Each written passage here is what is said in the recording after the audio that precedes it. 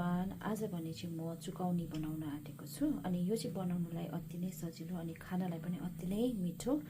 अनि यहाँ चाहिँ मैले आलु बोइल गरेर यसरी काटेको छु, काटेर रेडी गरेको छु। अनि यहाँ चाहिँ छ दही।